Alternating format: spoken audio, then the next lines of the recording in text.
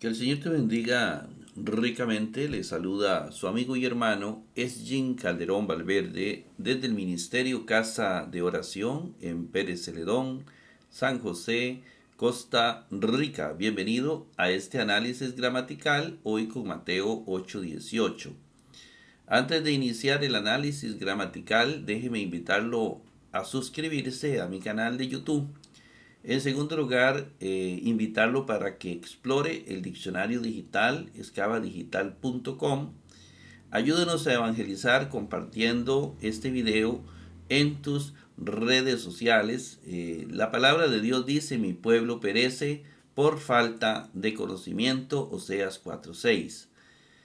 Los objetivos de este programa se esbozan en 3 preguntas concretas que aparecen en el centro de su pantalla.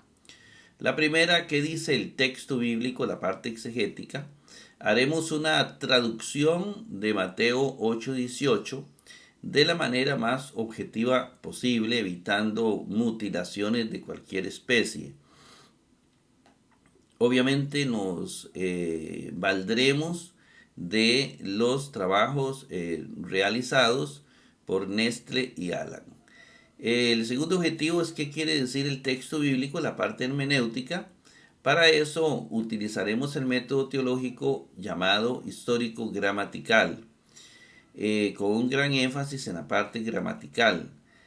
Instarlos para que busquen libros, para que no se queden con un programa, sino que busquen libros de introducción al Nuevo Testamento, comentarios al Nuevo Testamento, libros de hermenéutica, etcétera, que les ayuden a dilucidar lo que realmente significa el texto sagrado.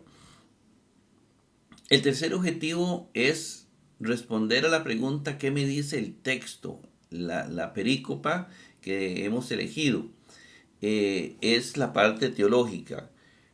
La teología del Evangelio es una teología vivencial, es decir, te lleva al amor.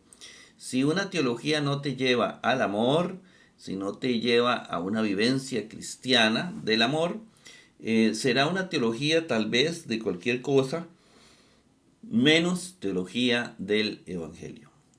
Hemos grabado en diferentes programas, hemos sintetizado los programas que venimos grabando. Ahí están ordenados de manera sistemática. Yo los insto para que busquen esas páginas gratuitas. Escriba mi nombre en Google, es Jim Calderón Valverde, y ahí aparecen esas páginas que podría ayudarle a indagar sobre los videos y sacarle el mayor provecho posible. El texto de hoy, Mateo 8:18, literalmente dice: de los manuscritos más antiguos que tenemos, más viendo el Jesús, porque los griegos le ponen artículos a todo, a los nombres, a las ciudades, no como nosotros que se los omitimos. Dice: más viendo el Jesús multitud alrededor a él, la gente se aglomeró alrededor de Jesús, conminó obviamente a sus discípulos ir hacia el límite al otro lado, es decir, vámonos para el otro lado. Eso es algo así de sencillo y así dice. Este to, que es característico de los griegos, escribir el artículo y no dejar el sustantivo, al menos en este caso límite, lo dejó en forma tácita, es decir, no lo puso en forma expresa. La Reina Valera traduce: viéndose Jesús rodeado de mucha gente, dio orden de pasar al otro lado. La Jerusalén dice: viéndose Jesús rodeado de la muchedumbre, mandó pasar a la otra orilla. Nosotros creemos que es al límite, al otro lado, al límite de del lugar donde él estaba. Vámonos al interlineal para ver este texto en el interlineal de manera más clara, y donde este de, que es una conjunción griega, es pospositiva, es decir, siempre va adelante. Más viendo o Jesús, el Jesús, Oglon, multitud, Peri, alrededor, Aftón, a él. Ekelepsen, conminó, apelsin, ir, is, hacia, to, vea que viene sin el sustantivo, el límite, que es un sustantivo neutro, peran, al otro lado, ¿verdad? Un adverbio. Entonces, este es el texto. Ese es el texto. No hay comentarios ni de la Reina Valera, ni la Jerusalén, ni Robertson. Solo que Jesús busca ir al otro lado, ¿verdad? El análisis gramatical de esta perícopa es el segundo, que ustedes saben que es pospositivo, es decir, está de segundo, pero va de primero. Hay varias partículas griegas, varias palabras que son así. Y de es una conjunción coordinada continuativa más, y así comienza la traducción. Luego viene idón, lo escribimos en el cuadro, y idón lo buscamos en el diccionario. Idón, aquí lo encontramos, le damos un clic, y idón, vamos a acercarlo para que usted lo pueda apreciar mejor. Dice que viene del verbo orao, que es ver o veo, ¿verdad? Nosotros en español usamos el infinitivo, en griego se usa la primera persona singular, o sí, que en este caso es orao. Ver es un participio aoristo activo masculino singular nominativo que se traduce viendo como un gerundio. Entonces tenemos que idón es un participio, eso es muy importante, que se van a traducir como gerundios. Es un aoristo activo masculino singular nominativo que viene del verbo orao. Buscamos el aoristo activo de orao y lo encontramos, ¿verdad? El aoristo activo es un tipo de declinación que se va a traducir viendo. Y la expresión idón la encontramos en el masculino singular nominativo. Masculino singular nominativo, dice el diccionario, y aquí la tenemos, idón, ¿la ven? No aparece en ningún otro lado, es decir, es totalmente del masculino singular nominativo. Más viendo, ¿y por qué está en masculino singular nominativo? Porque este participio hace referencia al sustantivo Jesús, digamos. Más viendo, ¿quién está viendo? Jesús. Entonces, Jesús es, de alguna manera, el que ya vamos a hacer el análisis. Este es el sustantivo que, de alguna manera, está rigiendo el participio. Es decir, el participio, el artículo, el adjetivo que esté en torno al sustantivo deben de alguna manera coincidir con el género, número y caso del sustantivo.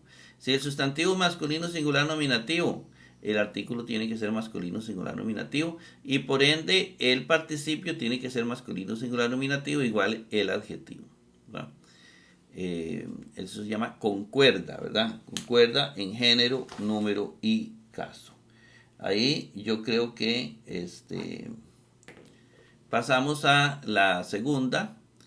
Bueno, ese se traducía más viendo, y don es viendo, más viendo. Luego viene el sustantivo oisus, ¿verdad? Que sabemos que el participio rige o digamos, o concuerda con el sustantivo, ¿verdad? Entonces, isus, que es el sujeto principal del participio, y don, que es también verbal, ¿verdad? Es un verbo adjetival. Ponemos Jesus aquí, o Jesus, no lo voy a buscar en el diccionario porque Jesús es el más famoso. Obviamente es un sustantivo masculino. Jesús es un sustantivo igual que todo nombre griego de hombre. Masculino viene de Isus, ¿verdad? y aquí está la declinación de Jesús o el paradigma de Jesús con todas las declinaciones. O Jesús lo buscamos en la declinación o en el paradigma y lo encontramos aquí en el nominativo. Es decir, el nominativo es sujeto en una oración, es el sujeto de la oración. El Jesús es el sujeto de la oración, masculino, singular, nominativo. Por eso aquí está masculino, singular, nominativo. El Jesús se traduce más viendo el Jesús. Nosotros traduciríamos más viendo Jesús, pero para efectos de estudio y análisis agregamos todo como viene, ¿verdad? El Jesús, porque eso juega mucho a la hora de interpretar el Nuevo Testamento.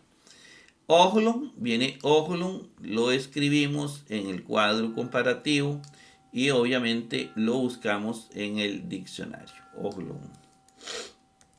Oglon, ahí está Oglon, le doy un clic y viene con el respectivo. A este sí que hacerlo un poquito más pequeño para que todos ustedes lo puedan apreciar bien, ¿verdad? Viene con el paradigma, como lo puede ver en el centro. Oglon viene de oglos, que se traduce multitud. Y es un sustantivo masculino singular acusativo. Es decir, masculino singular acusativo, este que está aquí. Oglo, sin artículo, ¿verdad? Viene en el texto sagrado y significa multitud. Nos llevamos esa información y la agregamos al cuadro. Es un sustantivo, categoría gramatical. Es masculino. Oglos es masculino. Es un sustantivo masculino. Oglon, ¿verdad? Viene bueno, lo vamos a traducir como multitud, ¿verdad? Es masculino, viene de oglos, ¿verdad? Oglos. Entonces es un sustantivo masculino, aunque la traducción sea femenina, pero es un sustantivo masculino. Y busco oglon en la declinación o en el paradigma y lo voy a encontrar aquí, ¿verdad? Es decir, lo estoy encontrando en el acusativo, que en una oración en español se llama complemento directo. Entonces, masculino, singular, nominativo. Es decir, se logra sabiendo qué ve Jesús, qué vio Jesús, más viendo Jesús. Al verbo se le pregunta qué ve Jesús, ¿verdad? Jesús ve multitud, ¿verdad? No recomiendo escribir el artículo indefinido, una multitud, porque eso se presta para que algunos textos sagrados pues alteren la traducción, como por ejemplo cuando dice Juan 1:1 y Jesús, bueno, y el dicho era Dios. Entonces, algunos vivillos, grupos heréticos, le agregan era un Jesús, como era un Dios, como si hubieran muchos dioses. Y eso ya es herético. Entonces, es mejor nada más dejarlo sin el artículo. Si viene sin artículo, como acá, se traduce sin artículo. Más bien del Jesús multitud, nada más. Ahí se entiende que Jesús vio multitud de personas. Entonces es multitud. Como lo podemos ver, es masculino singular acusativo. Pasamos la diapositiva y luego dice peri. Peri es una preposición. En este caso vemos una preposición con qué. Es la preposición. La preposición va con ya sea un pronombre o un sustantivo, lo que sea. Generalmente sustantivos, ¿verdad? En este caso un pronombre. Él lo que de alguna manera hace es definir el caso bien, ¿verdad? Por ejemplo aquí aftón, ¿verdad? Aftón, que lo buscamos en el diccionario, peri es alrededor, y como es un aftón, es un acusativo, ¿verdad? Lo vamos a ver ahorita, Aftón es un acusativo, me voy a adelantar. Usted lo va a encontrar aquí, ¿verdad? Aftón. Entonces es un acusativo. Entonces como es un acusativo, es una preposición. Es decir, que tiene que agregarse de aquí alrededor a. Esta preposición ya viene definida. Siempre se agrega a, pero es alrededor, peri, alrededor a. En el caso cuando acompaña un acusativo. Cuando acompaña un genitivo es alrededor de, y así sucesivamente. Nada más existe esta, acompaña acusativos y genitivos. Alrededor a. ¿Por qué? Porque está acompañando un acusativo. Y viene aftón, que si lo buscamos en el diccionario,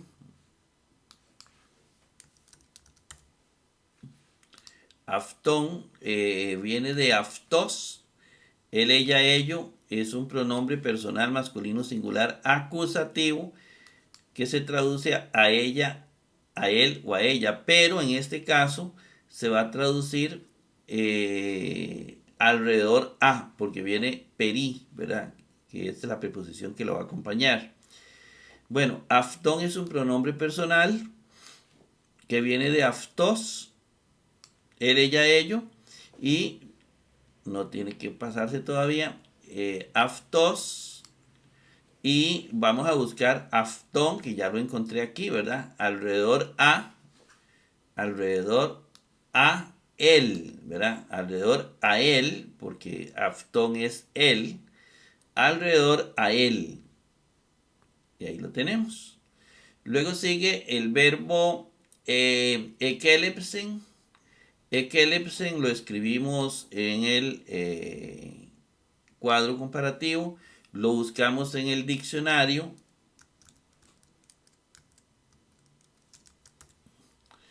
Le damos un clic y lo tenemos aquí. Le tomamos un pantallazo y lo llevamos acá. Aquí lo tenemos. Entonces dice, en primer lugar nos dice que es un verbo. Entonces, categoría gramatical es verbo. Es muy importante, sobre todo para distinguirlo de el participio, ¿verdad? Que se van a traducir diferente. Es un verbo. Al ser un verbo, entonces viene del paradigma que le hubo o que leu, pero que le hubo, para no enredar, que le hubo, que se traduce conmino, conminar, como decimos en español, el infinitivo, viene del verbo conminar, conminar, ordenar, mandar, conminar, y dice que es aoristo, indicativo activo, tercera singular.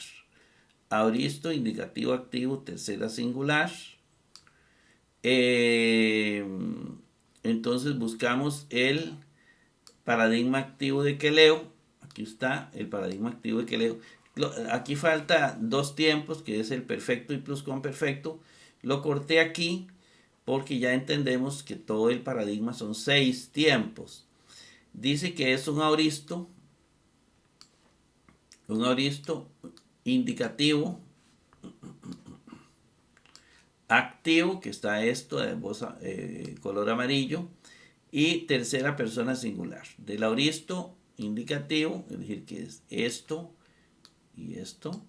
Tercera singular, es decir, en el singular, la tercera. 1, 2, 3, es este. Kelepsen. Y lo conjugo. Yo conmino, tú conminas, él conmina. Perdón, eso es presente. Vamos al aoristo, que es un pasado. Yo conminé, tú conminaste, él cominó. Cominó, ordenó, mandó. Y luego viene apeltín o apelsin. Aquí está. Igual lo escribimos en el cuadro comparativo y lo vamos a escribir en el diccionario.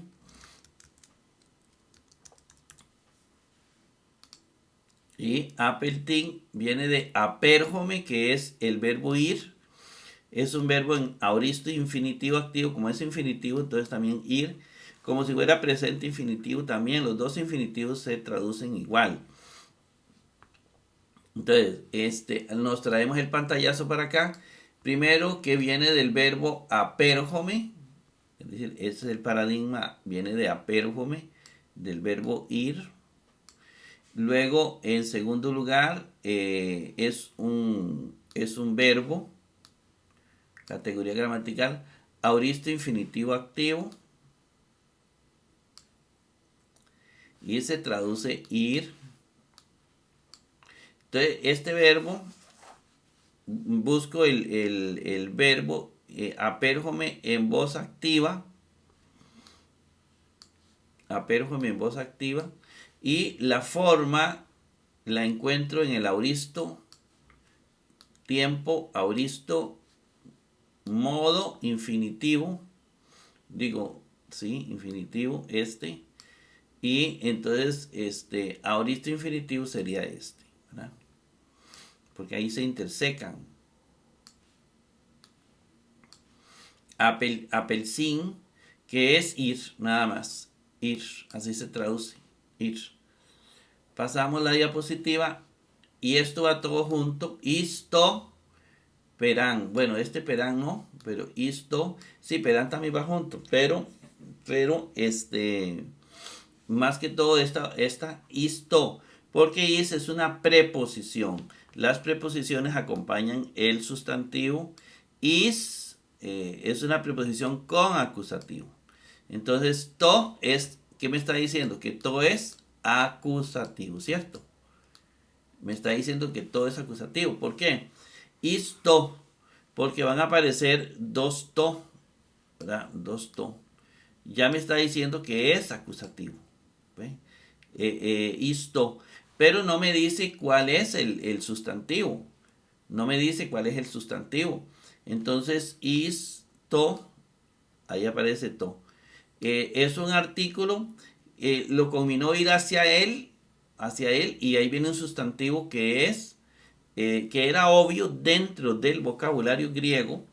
Este, lo más seguro es que iba hacia el límite, así se decía, hacia el límite, es decir, se usaba Orion, Orion era acusativo, ¿verdad? Es acusativo que viene de Orion y que también existe en el nominativo, pero que aquí el autor sagrado nos dice, nos da la pista is, que es con acusativo, la preposición is con acusativo, porque los nominativos no llevan preposiciones, solo los otros complementos. Entonces, to Orion, ¿verdad? Ese Orion es neutro, singular, acusativo, por razones muy obvias, ¿verdad? Hacia el límite. Hacia el límite, ¿ve? Hacia el límite, pues eso va junto. Ya encontramos límite, lo escribimos entre comillas, entre paréntesis, perdón, inclinada para que diferenciarla. Hacia el límite y dice peran, peran. Peran lo busco en el diccionario y me dice es un adverbio al otro lado. Entonces, ir hacia el límite al otro lado. Y ahí tenemos la traducción de esta perícopa, Mateo 8:18. Esperando que haya sido de bendición para su vida. Nos vemos en el 8:19.